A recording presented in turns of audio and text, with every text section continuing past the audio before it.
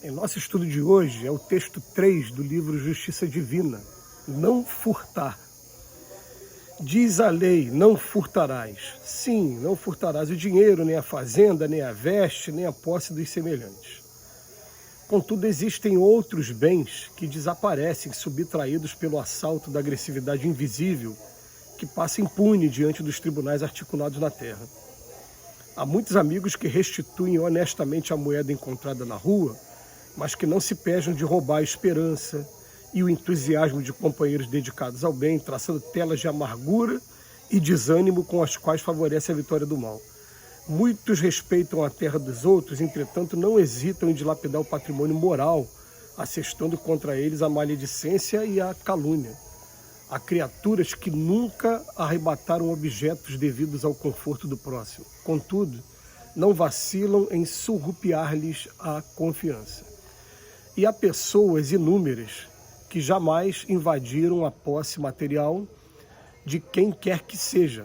No entanto, destroem sem piedade a concórdia e a segurança do ambiente que vive, roubando o tempo e a alegria dos que trabalham. Não furtarás, estatue o preceito divino. É preciso, porém, não furtar nem os recursos do corpo, nem os da alma, pois que a consequência de todo furto é a prevista na lei. A gente vai fazer uma comparação aqui que vem na mente. A nossa tabela periódica, para quem estuda química, ela não passa de 200 elementos. Não me lembro agora de cabeça quantos elementos tem, se são 171, 181, não me lembro agora. Mas me lembro de ter ouvido uma vez que no nosso lar, nessa coluna espiritual que é tratada no livro, no filme aí do André Luiz, a tabela periódica passa de 400 elementos, né? Que são elementos muito mais sutis que são manipulados pelos espíritos. Vamos fazer uma comparação agora com a gente aqui. O nosso Código Penal, ele traz o reflexo lá dos 10 mandamentos, porque esse mandamento aqui de não furtar, não roubar, não furtar, né, ele vem lá dos 10 mandamentos. Né? Moisés estabeleceu 3 com relação a Deus, que Deus é único, o respeito que se deve ter a Deus e o momento que se deve dedicar a Ele, e 7 com relação ao próximo: não matar, não roubar, não desejar o bem do companheiro, da companheira, não cometer o adultério, não desejar o companheiro ou companheira do outro, não falar mentira, que é o falso testemunho, e honrar pai e mãe. São esses os 10 mandamentos. O roubo, é claro, a gente tem uma diferença jurídicazinha, né, de terminologia. O roubo é quando eu tenho a intenção e o uso da violência. O furto não, eu não usei da violência.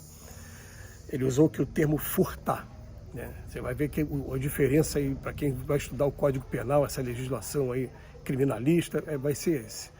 Mas a comparação que eu quis fazer com a tabela periódica é que no Código Penal Divino vai existir muito mais tipificações do que aquelas que foram eleitas pelo nosso povo nesse momento, para coibir os abusos, para poder criar um mínimo de respeito numa sociedade, no convívio em sociedade, uma sociedade como a nossa. A gente lembra até que no livro dos Espíritos, quando vai tratar da lei de progresso, os Espíritos respondem para Allan Kardec que uma sociedade depravada precisa de leis penais mais severas. Mas o Emmanuel vem chamar a nossa atenção para uma coisa, porque muitas das vezes a gente vai viver 3 momentos, né? Primeiro, violou o Código Penal, mas de maneira que ninguém observe, porque se alguém vê, aí eu posso ser processado. Então vou tentar fazer escondido. Depois chega um momento em que realmente eu não quero violar nada do Código Penal, porque o Código Penal é o mínimo da convivência em sociedade, então eu vou fazer o máximo que eu puder para não violar coisa alguma do Código Penal. Não é que eu tenho que violar escondido, arrumar subterfúgio. E a terceira etapa, a gente começa a descobrir na lei divina coisas que deveriam estar no Código Penal e que não estão ainda, mas que nem por isso a gente escapa da lei de causa e efeito. E o Emmanuel vem trazer para a gente aqui.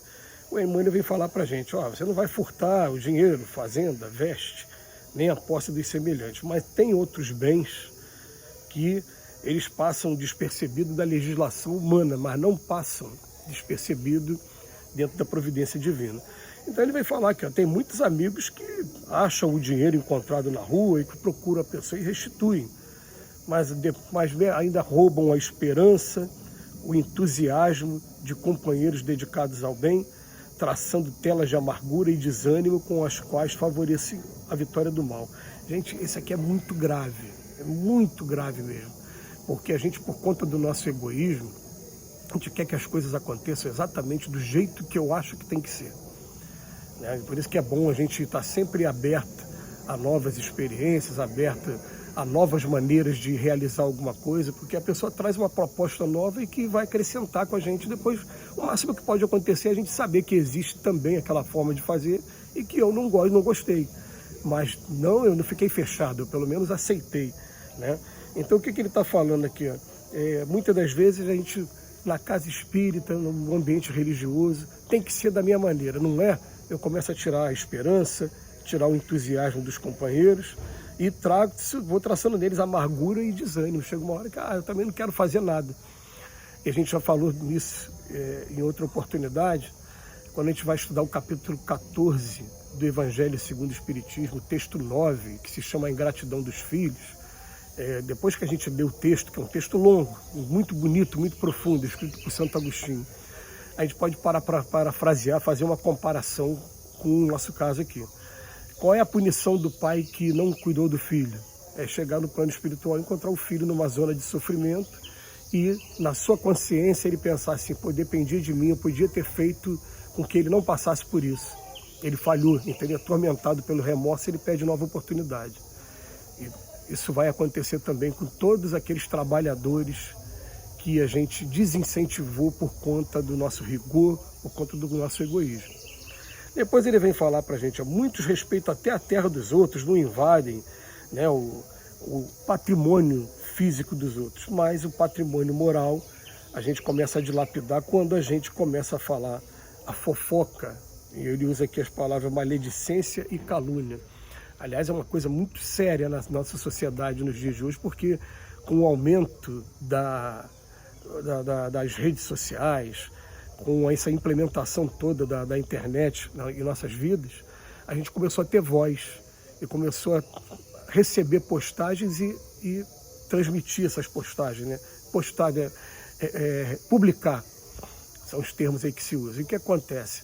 Muita coisa falando mal da vida das pessoas que a grande maioria das vezes, a gente nem vai procurar saber se aquilo é verdade ou não, mas repassa e está dilapidando o patrimônio moral de alguém. É claro que aquilo de alguma maneira vai trazer alguma consequência para aquela pessoa e também para a gente também dentro das leis de causa e efeito, porque a gente também está participando desse processo de divulgação de uma informação de maledicência ou caluniosa.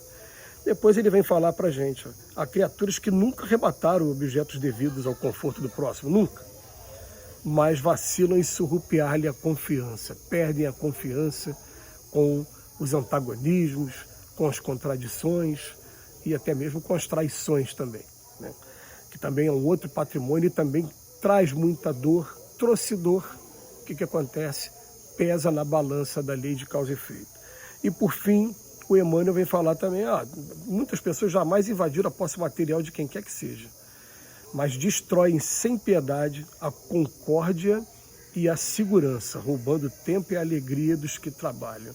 Isso aqui também é muito sério, porque você vem destruir, querendo no argumento de que você quer trazer para o seu lado, você quer fazer com que a sua ideia prevaleça, você começa a colocar uns contra os outros e daqui a pouco trazendo discórdia do ambiente. É claro que a gente vai pegar esses 4 exemplos que o Emmanuel usou e vai passar pelo crivo da razão, do bom senso e falar, muitas das vezes a gente tem um papel educacional e a gente não deve se privar de estar colocando o nosso ponto de vista também. Mas a gente vai pensar assim, qual está sendo o meu objetivo? O meu objetivo é somente o de trazer desconfiança, trazer discórdia, ou está sendo puramente educacional? Quando é educacional, uma frase maravilhosa que a gente leu uma vez é quando você consegue chegar no coração da pessoa, o resto fica mais fácil, né? Então a gente tem que começar a ter essa preocupação e aproveitar a oportunidade que o Emmanuel nos deu aqui de aumentar bastante, aí seriam vários artigos do nosso Código Penal se a gente pudesse acrescentar aqui na Terra, mas não está aqui na Terra, mas está no Código Penal Divino. Que Jesus nos abençoe hoje e sempre.